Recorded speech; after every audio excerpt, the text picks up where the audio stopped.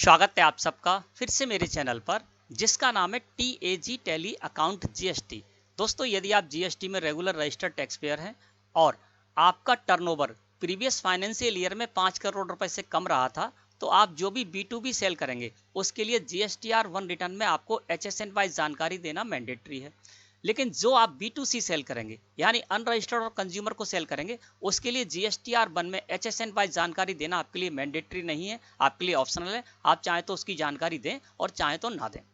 अब दोस्तों, Tally Prime software का जो न्यू वर्जन आया 3.0, इसमें एक बड़ी प्रॉब्लम आ रही थी। क्या प्रॉब्लम है, चलिए जानते हैं। गेटवे ऑफ टेली मुख्य मेन्यू से हम जाएंगे डिस्प्ले मोड रिपोर्ट्स में, फिर हम जाएंगे दोस्तों यहाँ से GST रिपोर्ट में, और इसके बाद हम जाएंगे GSTR1 में। अल्ट के साथ F2 प्रेस कर देते हैं और यहाँ पर पीरियड कर लेते हैं 1 जनवरी से लेकर 31 मार्च का। यानी हमारी जो फर्म है आकाश ट्रेडर्स, ये GST में रेगुलर रजिस्टर्ड है। क्वार्टरली हम अपनी रिटर्न फाइल करते हैं और हमारा जो प्रीवियस फाइनेंशियल ईयर में टर्नओवर था वो 5 करोड़ रुपए से कम था। इस वजह से क्या हुआ कि हम जो B2B सेल करेंगे उसके लिए हम HSN वाइज जानकारी देना मैंडेटरी है। अब यहाँ पर मैंने 2 B2B सेल की है, यानी रजिस्टर्ड पार्टियों को 2 सेल की है ना, 2 इनवॉइसेस दिए। तो ये जो मैंने सेल की है, इसमें मैंने जो भी प्रोडक्ट सेल की है उस प्रोडक्ट को नेम से मैंने स्टॉक आइटम क्रिएट किया था और वहां पर उससे रिलेटेड HSN कोड डाल रखा था, तो वो 2 एंट्री हमारी इसमें शामिल हो गई। अब मैंने इसके अलावा B2C सेल भी की थी, है ना, और जब हमने B2C सेल की थी तो देखिए यहाँ पर वो 50 एंट्री ऐसी हैं जो कि मैंने B2C सेल की थी, वो हमारी यहाँ पर अनसर्टेन ट्रांजैक्शन में डाल दी गई, जबकि ये हमारी एंट्री यहाँ पर B2C स्मॉल इनवॉइसेस के अंतर्गत शो होनी थी, शामिल होनी थी। इस वजह से क्या हो रहा है कि ये जो 50 एंट्री है हमारी अनसर्टेन ट्रांजैक्शन में यानी मिसमैच में पड़ी हुई है, और इसलिए इनका डेटा हमारा जहां पर शामिल होना था B2C स्मॉल इनवॉइसेस के अंतर्गत वो शामिल नहीं हो पा रहा। इस वजह से हम यहाँ से जेसन फाइल जनरेट नहीं कर पा रहे हैं, और उस जेसन फाइल के माध्यम से हम बहुत ही आसानी से अपना GSTR1 रिटर्न फाइल कर लेते क्वार्टरली वाला, है ना, लेकिन वो हम नहीं कर पा रहे हैं क्योंकि हमारी जो एंट्री है वो सारी की सारी एंट्री इसमें शामिल नहीं हुई। इस वजह से हम जेसन फाइल जनरेट नहीं कर पाएंगे, तो बड़ी प्रॉब्लम आ रही है भैया हमको GSTR1 रिटर्न फाइल करने में। अब दोस्तों, ये जो हमारा वर्जन है, ये वर्जन है 3.0। चलिए मैं आपको दिखा देता हूँ। देखिए, मैं हेल्प लिखा हुआ, हेल्प पे मैं क्लिक करता हूँ, यहाँ से जाता हूँ अबाउट में, अबाउट को सिलेक्ट करके मैंने एंटर प्रेस कर दिया, ठीक है ना। ये देखिए यहाँ पर है रिलीज में 3.0, यानी 3.0 वर्जन में मैं कार्य कर रहा हूँ टेली प्राइम सॉफ्टवेयर के में, ठीक है। अब ये 50 एंट्री हमारी कहाँ चली गई, अनसर्टेन ट्रांजैक्शन में, यानी करेक्शन नीड्स हमको यहाँ पर बताया जा रहा है, यानी ये मिसमैच में है। तो पहले हमें इनको मिसमैच पे देखना होगा कि किस वजह से हमारी ये मिसमैच में पड़ी हुई है, और फिर इनको मिसमैच से बाहर निकालना होगा, लेकिन इसके लिए हमारे यहाँ पर कोई ऑप्शन नहीं है। कैसे, चलिए जानते हैं। अनसर्टेन ट्रांजैक्शन में 50 एंट्री थी, तो इसको सिलेक्ट करके मैंने एंटर प्रेस कर दिया। हम आ गए इस जगह पर, यहाँ पर लिखा हुआ है transaction with incomplete mismatch in information, और यहाँ पर वाउचर समरी में 50 हमारी एंट्रीज हो रही। इसको सिलेक्ट करके हम एंटर प्रेस करते हैं, तो यहाँ पर देखिए एग्जेप्शन में हमें यहाँ पर लिखा हुआ मिल रहा है, ये सारी की सारी एंट्री जो है दोस्तों वो हमारी अनरजिस्टर्ड है, कंज्यूमर को की गई है, वो सारी की सारी एंट्री हमारी इस जगह पर शो रही।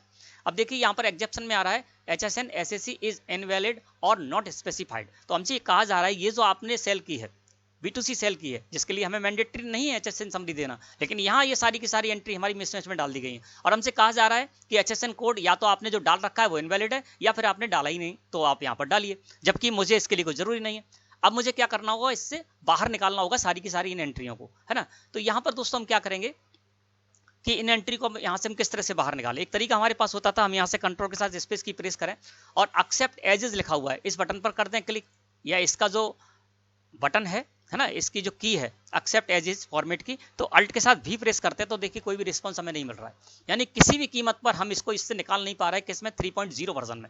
अब एस्केप की प्रेस करते हैं, एस्केप की प्रेस करते हैं, फिर इस जगह पर आ जाते हैं।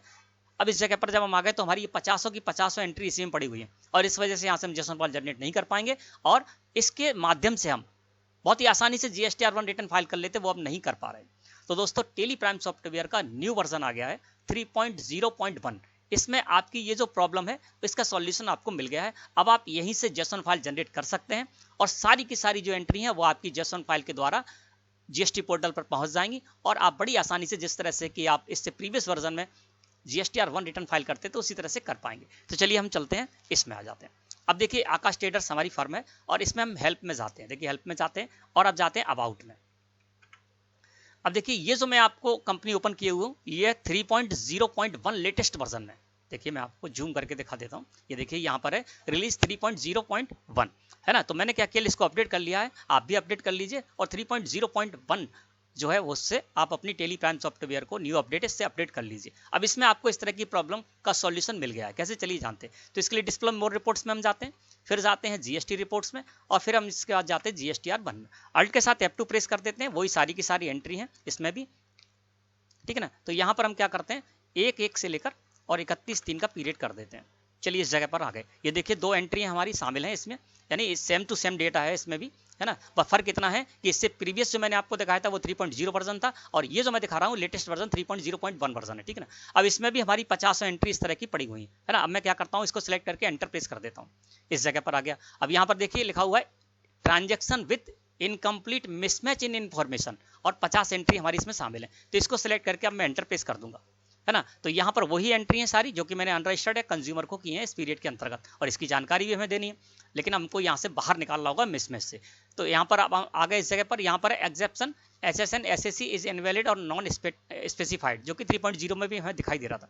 अब इसको बाहर निकालने के आप क्या कीजिए, यहाँ से कंट्रोल के साथ स्पेस की प्रेस कर दीजिए, ये सुविधा आपको मिल गई है। अब कंट्रोल के साथ स्पेस की प्रेस कर दिया, अब इसको हम एक्सेप्ट कराएंगे, तो एक साथ सारी एंट्रियों को एक्सेप्ट कराएंगे। तो यहाँ पर आपको बटन लिखा हुआ मिल रहा है एक्सेप्ट एज इज, इस पर क्लिक कर दीजिए, या अल्ट के साथ भी प्रेस करिए कीबोर्ड से। तो एक्सेप्ट एज इज लिखे हुए बटन पर मैंने कर दिया क्लिक। जैसे क्लिक किया तो यहाँ पर इस तरह से आपके सामने स्क्रीन आ जाएगी, और इसको यस करने के लिए आप एंटर प्रेस कर दीजिए,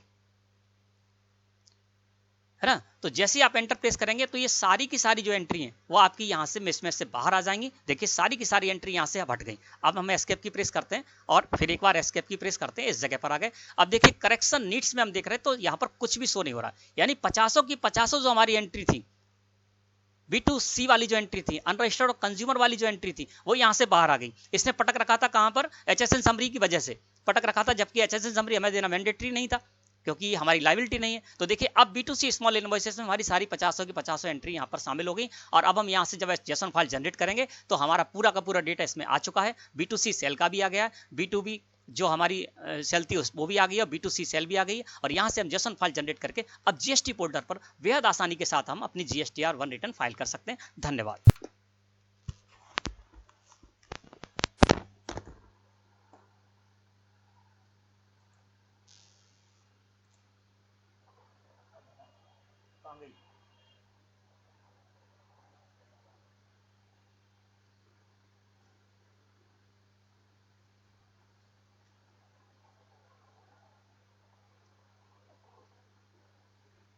कहाँ चली गई है?